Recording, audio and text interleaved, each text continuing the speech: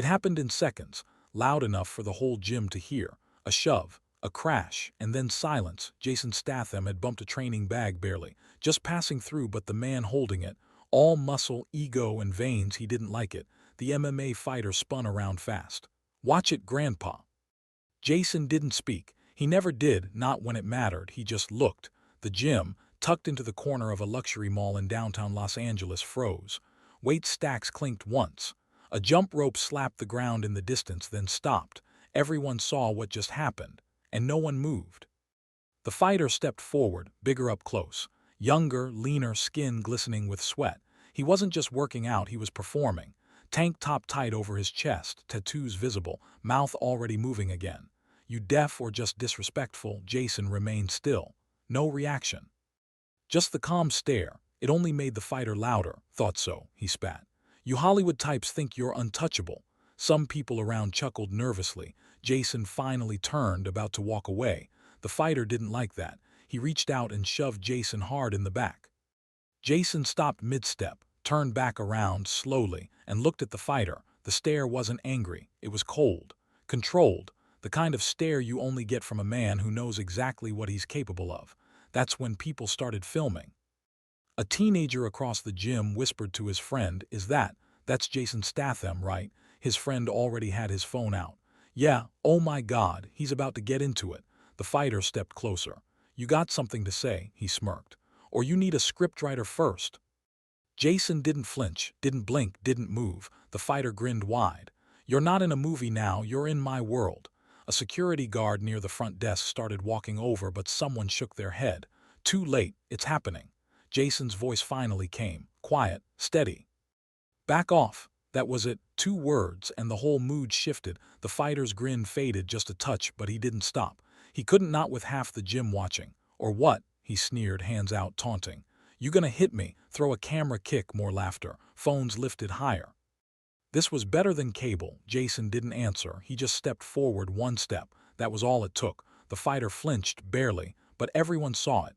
Jason looked down at the man's hands, then his feet, then into his eyes. The fighter didn't speak. For the first time, he was the one being read. "Excuse me."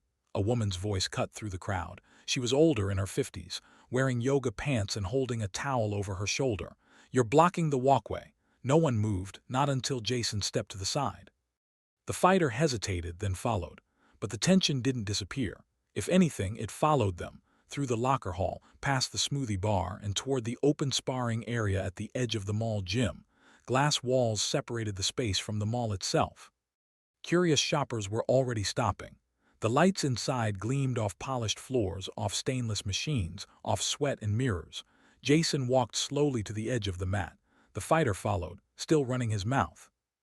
"You think I'm afraid of you because you did some Krav Maga choreography in a green screen studio? You've never been hit for real." Jason removed his hoodie, folded it carefully, set it down on the bench. He wore a plain black muscle tank, no logos, no flash. His arms told their own story. Veins, scars, discipline. The fighter circled around him. "I've fought real men, trained killers. You throw punches in slow-mo for a camera." Jason turned to face him. Finally, he spoke. "You want to find out?" That line, those 5 words broke the gym's threshold. Trainers turned. Receptionists leaned over the desk. One man near the squat rack mouthed, "Oh." The fighter didn't back down. He laughed loud and sharp. "You serious? You want to go?" Jason didn't nod, didn't smile. He just removed his watch and handed it to a kid standing by the bag rack. The boy took it like it was made of gold. Inside the mall, more people started gathering, faces pressed to the glass, phones already up. A crowd was forming on the other side. The fighter took off his shirt, tossed it, now fully committed. He shadowboxed in place, fast, flashy, all torque and speed. Jason stepped onto the mat. Calm, loose, he raised his hands, not high, not showy, just ready. A manager finally reached the edge of the gym. "Hey, you guys can't spar here without." Jason turned his head slightly. One look. The manager stopped, then stepped back. The fighter started bouncing on his toes. "You're really doing this, huh?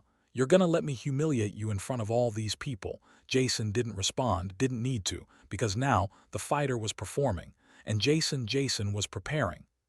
The fighter moved first. A quick jab, then another, fast, sharp. Jason didn't even blink, didn't move. The fighter circled, scared to throw. Or you need stunt wires for that. Jason sidestepped another jab, then slipped a hook, clean, effortless. The fighter threw a low kick. Jason stepped out of range, just out. No panic, no waste. The crowd started reacting, subtle at first, whispers, then murmurs, then ooh, he's not even trying. The fighter, breathing heavier now, pushed forward. This time he threw a spinning back kick, flashy, high, loud. Jason didn't counter, he watched. Let the man throw his storm, then stepped in and tapped the fighter on the chest. A single touch and stepped back. The crowd gasped. The fighter looked confused, then furious. You think this is a joke? He charged forward. Jason leaned back. Dodged a right, slipped a left, stepped in. One clean strike to the ribs, short and surgical. The fighter stumbled sideways, caught himself. Now breathing hard. Now eyes wide. Now the crowd was watching Jason. The security guard who'd been watching leaned into his radio and whispered, "Call the mall supervisor, just in case." Inside the gym, tension thickened like heat. Jason Statham stood there, shoulders relaxed, breathing steady. The MMA fighter looked at him and realized this wasn't going to be like anything he'd planned. The fighter blinked fast. He'd just taken a body shot. Not a full power bomb, not a haymaker. Just a clean, deliberate strike to the ribs, and it rattled him, not because of the pain, but because of the message behind it. Jason Statham hadn't come to trade blows. He'd come to expose him.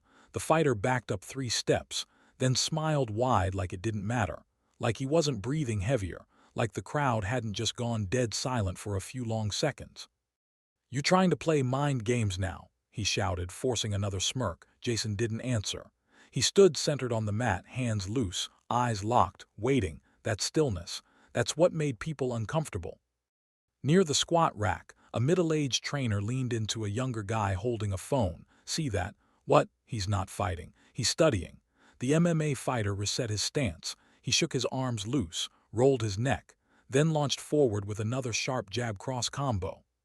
Jason parried the first, dodged the second, pivoted behind him and tapped the back of his shoulder with 2 fingers as he passed. The kind of tap you give a kid in tag. The crowd laughed, not loud, not mocking, but with disbelief. "Yo," someone muttered.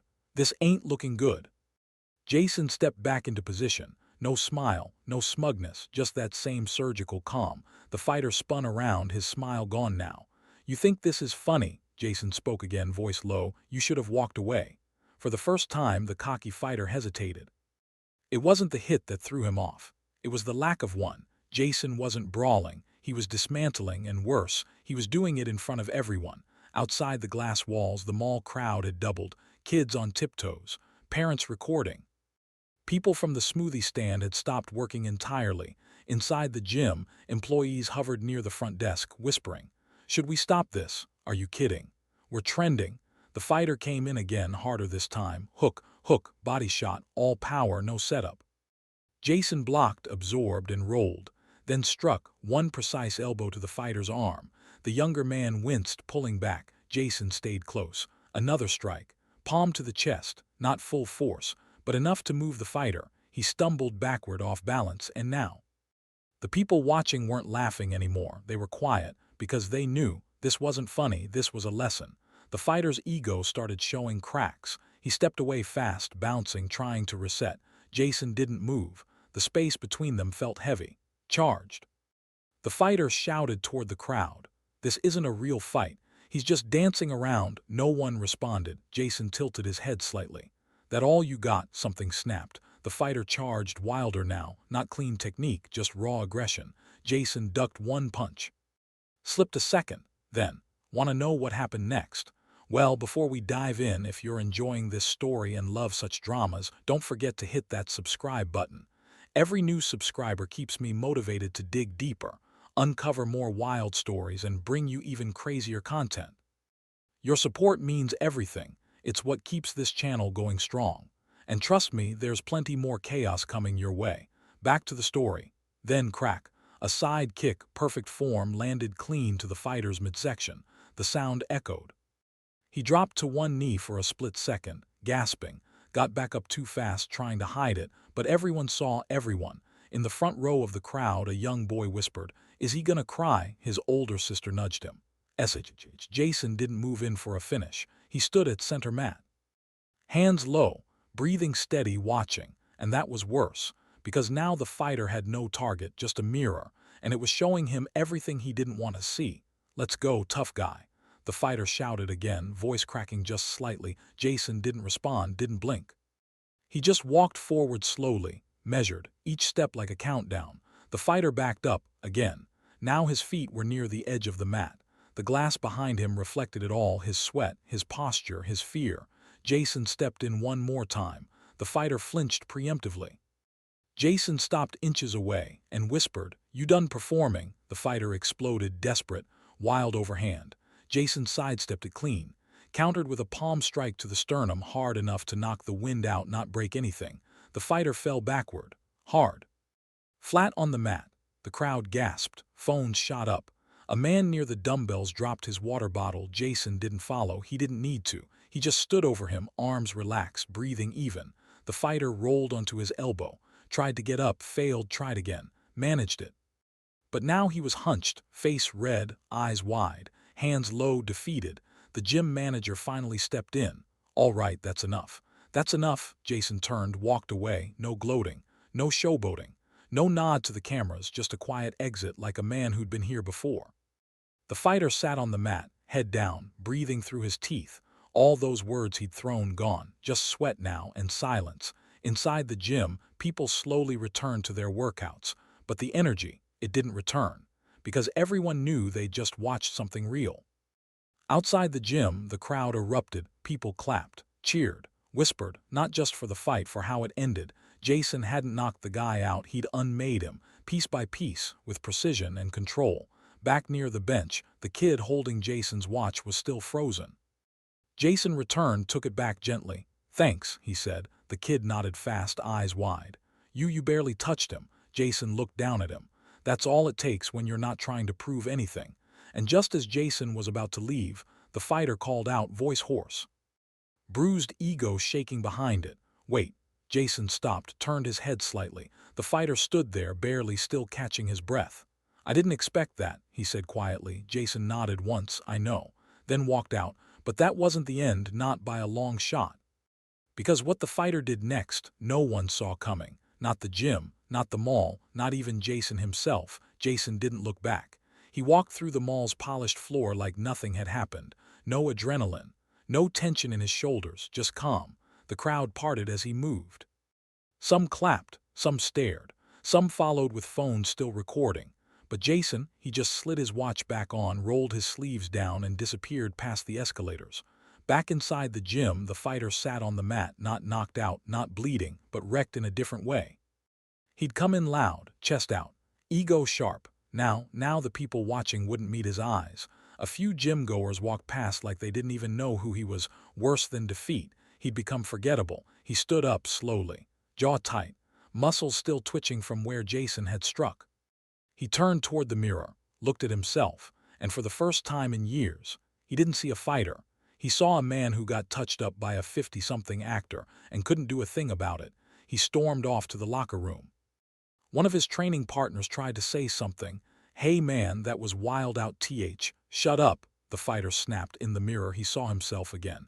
He wasn't breathing hard anymore, but he wasn't calm either. He looked down at the bench, at the gym bag, then his phone. His reflection stared back at him, bruised ego, empty pride. Then he reached for the phone, hit record. "Let's get something straight." His voice was firm, controlled, almost like it didn't just happen. "I didn't lose. I held back. I was giving respect to a guy twice my age. You think I'd go full force on an actor? Come on, I was told not to go hard." He looked away like he was annoyed, like this whole thing was beneath him. "But if Jason wants a real fight, sanctioned, cameras rolling, ref in the ring, we can run it back. Anytime. Anywhere." He hit post. Tagged Jason, and watched the numbers start climbing within seconds. 20 minutes later, it was on every MMA blog. Fighter challenges Jason Statham to official match after viral mall fight. He held back. Jason responds with silence. The silence. That was the worst part. Jason didn't say a word, didn't comment, didn't tweet, didn't even blink in the digital world. He went right back to training, not for a fight, just to keep sharp.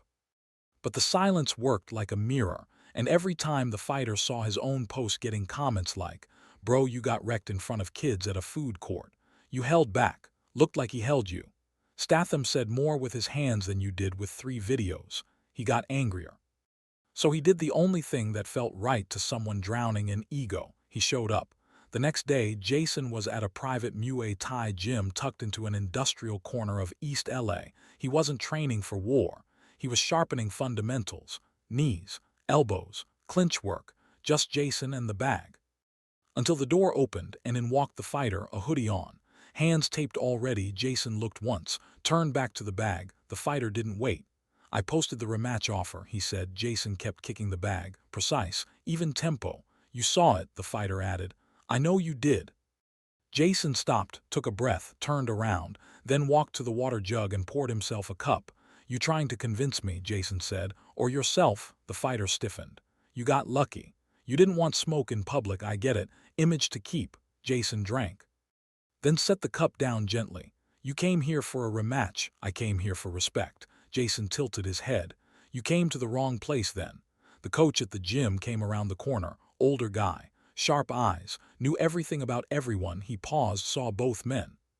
Then turned and walked away, smart. Jason walked to the center mat. Not in a rush, not dramatic, but the message was clear. If you need this, let's do it now.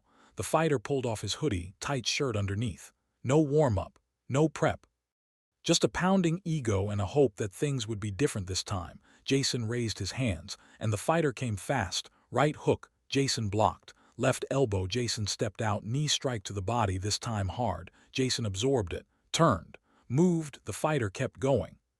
This time with discipline. He was focused, he wanted to win. But Jason, he was quiet and sharp, and in full control. 2 minutes passed, then 4. Jason wasn't trying to drop him. He was showing him just how wide the gap really was. Every punch the fighter landed. Jason landed 3 in return. Every angle the fighter tried to cut, Jason had already closed it, and by the end of it, the fighter was on one knee again, breathing heavy, this time with no crowd, no cameras, just sweat, and the truth. Jason stepped back, tossed him a towel.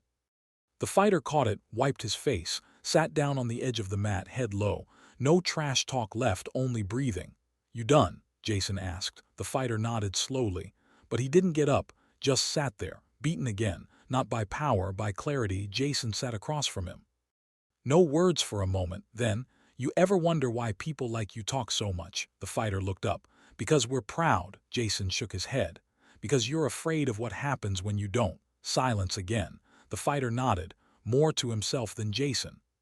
Then said, so what do I do now? Jason stood, tossed the towel back on the bench, then turned and said, start by fighting someone you've been avoiding. The fighter squinted. Who? Jason walked away, didn't even turn around when he said it. Yourself. It didn't end in the gym. It never does. The fighter left without speaking. Hoodie pulled over his head, gym bag slung low, hands still shaking from what just happened. There were no fans outside, no trainers waiting, no camera crew for damage control, just the sound of passing traffic and his own thoughts. Thoughts he couldn't turn off. He scrolled through social media as he sat in the back of a rideshare car. The original mall fight video had already passed 6 million views. The top comments weren't about Jason's strikes. They were about how calm he was. Bro didn't throw a punch for 30 seconds and still owned him. This is how you silence a clown. That was an execution, not a fight. The fighter locked his phone, stared out the window. He didn't feel angry, he felt empty, and that was worse. He tried filming another video the next morning, set up his phone against the mirror, wore a tight tee, sweat on his brow, tried to speak with authority again. But the words came out hollow. There's levels to this game, all right. I just didn't take him serious. That was my mistake. But next time, his voice trailed off. He stopped the video, didn't post it. Later that week, his manager called. I got you a fight offer. With who? Doesn't matter. Lower level guy, you win, the heat dies down. Silence, you still in this? His manager asked. The fighter nodded slowly, even though no one could see it. Yeah, he said, I'm still in. But the truth was he wasn't, not really. Because every time he shadowboxed, every time he hit mitts, every time he moved toward a bag, he saw Jason. Not Jason throwing punches. Jason not throwing punches, the restraint, the precision, the ease, and worse, the silence. One night, unable to sleep, he rewatched the mall footage, paused it, studied it, frame by frame. He watched himself swinging wildly, and Jason, he didn't move unless he needed to, not for show. Not for the crowd, just for control. The next morning, something changed. The fighter showed up at his local gym early, no camera, no entourage, just gloves. He walked in and headed to the back room, the space no one liked to use. No mirrors, just a concrete wall and mats. He shadowboxed for an hour, no music, no crowd, just breathe. Then he trained again that night and again the next morning, but this time, he didn't record anything, he didn't post, he didn't even tell his manager. One of the older trainers at the gym walked by as he was finishing mid-work. "Something wrong with your phone?" The fighter smiled faintly. "Nope." "Then where's the video crew?" He shrugged. "Took the day off." The trainer nodded. "Good." Word started to spread quietly. "He's different now, not talking like he used to. Looks like he's working on something." But the fighter didn't care what people said. For the first time in years, he was training for real, not to be seen, but to be sharp. Weeks passed. The gym crowd forgot the Jason incident. The internet moved on, but the fighter didn't. Every rep, every strike, every round was about closing the gap between what he was and what he had seen in that mall. Then one day it happened. Jason walked into his gym, unannounced, uninvited, just there. He was dressed in a plain hoodie and joggers. No fanfare. He walked right past the treadmills, past the mats, right up to the fighter. They stood there in silence for a few seconds. Then Jason said, "You ready now?" The fighter didn't smile, didn't gloat. He just nodded once. "Yeah." They didn't head to a ring. They didn't clear space. They moved to the back mat, the same spot the fighter had used for weeks. Jason dropped his bag, unzipped it, pulled out 2 sets of gloves, threw one pair over. The fighter caught them. This wasn't about revenge. This wasn't about proving something to a crowd. This was something else, a test. And the only 2 people who needed to see it were already there. They squared up, tapped gloves, and the room disappeared. No music, no crowd, just movement. The fighter came in light, measured. He didn't rush. Jason met him with simple footwork. No tricks. For the first 2 minutes it looked like they were just sparring, but the tempo changed fast. The fighter went high, Jason slipped it. Low kick, Jason checked it. Body shot, Jason rolled. Then Jason stepped in. Quick jab. Then an elbow, light, controlled but real. The fighter exhaled. "Okay." Jason didn't respond, he just pivoted back. The fighter followed, more confident now. A sharp hook. Jason parried. The fighter stepped in again. They traded for real. This time, the fighter didn't lose. He didn't win either, but he didn't break. They sparred for 10 minutes straight. When it ended, both men were sweating, hands low, chest rising. Jason looked at him closely. "You've been working," he said. The fighter nodded. "Not for likes," he said. Jason smirked. "Yeah, I noticed." They pulled their gloves off, sat on the mat, no rush, just breathing. Finally, the fighter said it quiet, controlled. "I was afraid I wasn't who I said I was." Jason didn't blink. "You weren't." The fighter swallowed, nodded slowly. "But you could be," Jason added. Silence hung for a second. Then Jason stood up, grabbed his bag. Before he left, he turned back and asked, "You ever think about what comes next?" The fighter looked up. "What do you mean?" Jason tilted his head. "You ever think about what you leave behind when the fight's over?" Then he walked away. Later that night, the fighter sat in his apartment, no music, no TV, just that question bouncing around his head. What comes after the fight? What do you leave behind? He opened his phone, started typing, then paused, backspaced, thought for a long moment, and then wrote one sentence. "You were right, thank you." No tag, no mention of Jason, just a message, a moment. A turning point. 3 weeks later, the fighter returned to the mall, same gym, same glass walls, same polished floors, but everything felt different now. There was no crowd this time, no buzzing phones, no ego dragging its shadow behind him, just the rhythm of treadmills and the scent of rubber mats. He didn't come to relive the moment, he came to own it. He walked slowly past the smoothie bar, past the racks where people once whispered his name, past the spot where Jason had stood, arms down, eyes locked, while the crowd begged for a punch. He stopped there for a second, looked down at the floor. The mats had been cleaned, the echoes had faded, but he hadn't forgotten. He closed his eyes, took a breath, and kept walking. Later that evening, he sat on a podcast set, small channel, local host, just him and a mic. The host leaned in. "I gotta ask, was it real?" The fighter didn't look for the camera, he just nodded. "All of it." The host raised an eyebrow. "And the moment when he didn't finish you, what was that about?" The fighter took a beat before answering. He didn't need to, he said. He knew I'd already felt it. Felt what? The shift. The host leaned back. Damn, that clip went viral again, not for the words, but the tone. It wasn't cocky, it wasn't performative, it was clean. You could hear the growth in his voice. And for the first time in months, people started respecting him again. Comments poured in. He sounds like a different person. Now this is someone who got humbled and came back stronger. Respect isn't about winning, it's about how you lose and what you do next.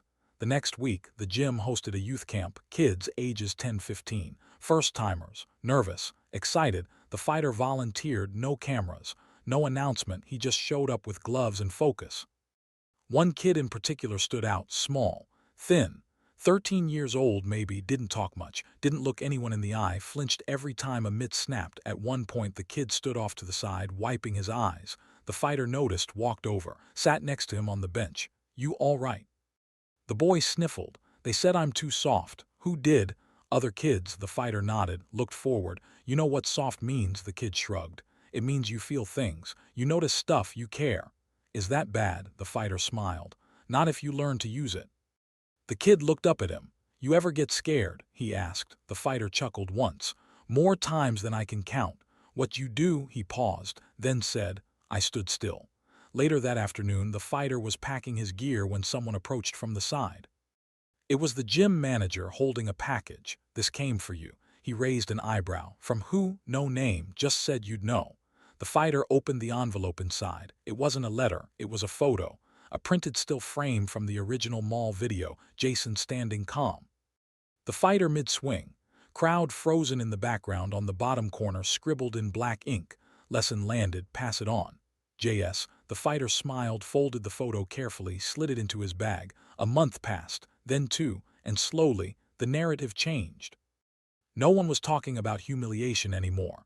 They were talking about growth. The internet shifted from roasting him to studying him.